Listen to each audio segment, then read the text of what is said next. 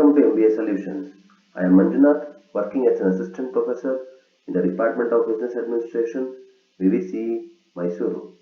If you have not subscribed to our channel, please subscribe and press the bell icon for more videos on managerial economics and management and organizational behavior. In this video, we will discuss challenges and opportunities for organizational behavior. So the first one is responding to economic pressure. Whenever there is an economic change, whenever recession, inflation, deflation comes, whenever there is a change in business cycle, it will always impact the businesses or organizations. When business entity or organization is impacted, the first impact will be on employees. Because in the name of cutting cost, organization targets employees in the beginning. Hence, responding to economic pressure is a big challenge because when recession happens, when there's a downtrend in the environment, in the business or in the industry, it will first impact the employees. And if you start removing employees, then employees may lose their confidence and your brand image may come down.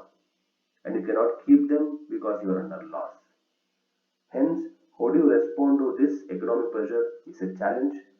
At the same time, if you do better and if you stop removing people and if you try to keep your brand image intact, goodwill intact, then it's an opportunity. So this is first one because it impacts the behavior in the organization. When you start removing people because of economic downtrend, then their behavior, others' behavior will also change because they also start feeling any day they will remove us also and their productivity comes down. So this is a challenge, and if you don't remove people and you try to take care of them even during recession, then it's an opportunity because recession will not last long for many years. Next one is responding to globalization. Nowadays people start doing business in different parts of the world. All trade restrictions has been removed and there are a lot of freedom and autonomy for the business entities to start business anywhere in the world, which is called globalization. And when globalization happens, a lot of foreign assignments organizations will get and a lot of migration happens of employees from one nation to the other nation.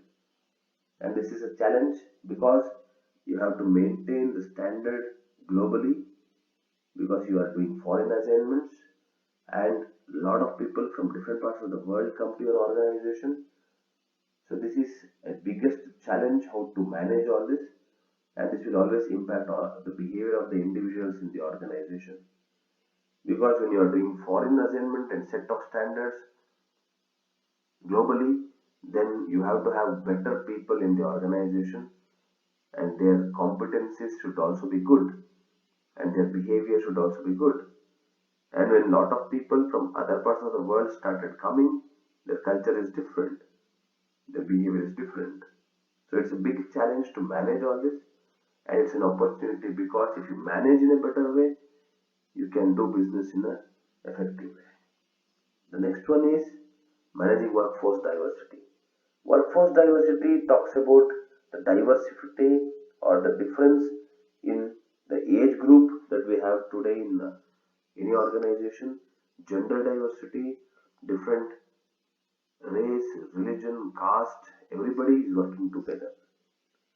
And different physical and psychological ability, people have different psychological ability, physical ability, all these people are working together. So when you have so much diversified employees or workforce, then it is very difficult for you to manage. And since it is very important to manage all these people because these kind of people we have today in the organizations to work, it's a challenge. At the same time, it's an opportunity. If you manage this challenge in a better way, it can be converted into opportunity. So all these challenges can be converted into opportunity if you manage them properly. And when you want to manage all this properly, then you should have a human touch to the decisions that you take. So even managing workforce diversity, because a lot of people are from different diversified background, diversified culture, various culture, and you have to manage all these people, all this workforce diversity to run the organization in a smooth way. Improving customer service is one of the biggest challenge nowadays because customers keep on switching to other related products or services, and they have high expectations from all the service providers and even the manufacturers. Now, how to improve this customer service? How to respond to the customers? So you have to bring a culture where customers are taken care in a better way. It's a very big challenge because customers' taste and preferences keeps on changing very drastically and dynamically. And at the same time, if you can understand and provide them proper service, then it acts as an opportunity for you. So for that, you have to create a culture, you have to create a better behavior of the employees so that they take care of their customers in a better way. Then stimulating, improving people skills, because when you want to stimulate customer service, force customer service, implement customer service, the people should also be skilled. Nowadays, very less number of people are skilled, and in India, they are running campaigns like Skill India, Make in India. So all this initially to make people skilled. They want to motivate people to be more skilled technically and even functionally so that they can provide better customer service, they can stimulate customer service. So improving people skills is a big challenge because you have to design training, development programs, career advancement programs. It's the biggest challenge, and if you do it properly, it's an opportunity for you so that you can grab the opportunity of the market and your customers will also be happy. Your business will also run in a better way. Stimulating innovation and change. Nowadays, every organization, be it manufacturing or service, it talks about innovation and change. And change is very dynamic in today's world. Lot of things, lot of factors influencing business keep on changing. And when you want to cope with the change, you have to think innovatively, you have to think creatively, do things innovatively. So to stimulate, to trigger innovation and change is the biggest challenge because people always resist change, people always intolerant to innovation and change. So they behave in a different way. And when you want to bring some change and innovation, then you have to take care of that resistance behavior of employees. It's a challenge. If you take care of that behavior and make them accept the change, it's the greatest opportunity that you will have. Then coping with temporariness. Coping with temporariness talks about nothing is permanent, everything keeps on changing. For example, before 20 years, banks had so many ledgers, so many books, so many people working. But today, if you go to bank, you see hardly three or four people. Everything is computerized, and this drastic change happened in recent times. Maybe by 10 years from now, it has changed.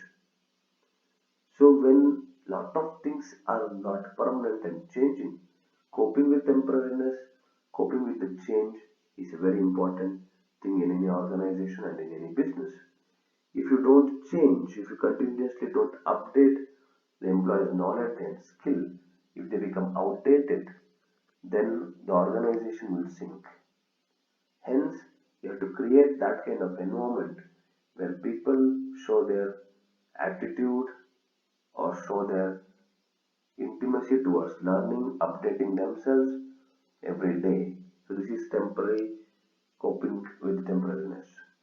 Since it's a challenge, at the same time it's an opportunity as well. And nowadays all organizations are highly complexly networked organizations because communication, working together, online organization, virtual organization, decision making, everything is like a web in the organization. Everything is linked to each and every aspect.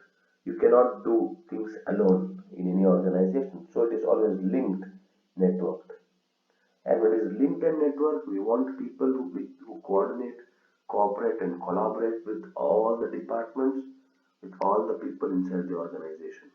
If it does not happen, then it is very difficult. So you have to inculcate that kind of culture in the organization. Helping employee balance work-life conflict. Nowadays, people feel stressed in work so that they could not concentrate on their real life or personal life as well.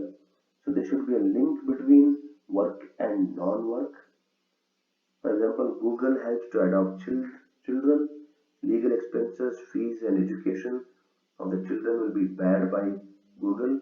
Many organizations will give group insurance to employees so that they can take care of their family. This 3 day week, 4 day week, 3 day weekend, 2 day weekend, all this is done to balance work and life conflict that employees are facing. And creating a positive work environment where people are more enthusiastic, involved in doing things is very important in any organization. It's a challenge. At the same time, if you create a positive environment, then people love working in your organization and they start giving contribution way ahead of all the other organization employees. And finally, improving ethical behavior. Nowadays, people are becoming, or business entities, most of the business entities are becoming a lot of unethical practices. So, to avoid this, you have to create a culture of ethical behavior. Hence, a lot of governance mechanism is implemented from all the governments. So, improving ethical behavior is a challenge. Improving or telling them what is right and what is wrong in business is very difficult. But if you inculcate that kind of behavior of do's and don'ts, then it is better opportunity where your governing becomes very simple and easy. Thank you for watching the video.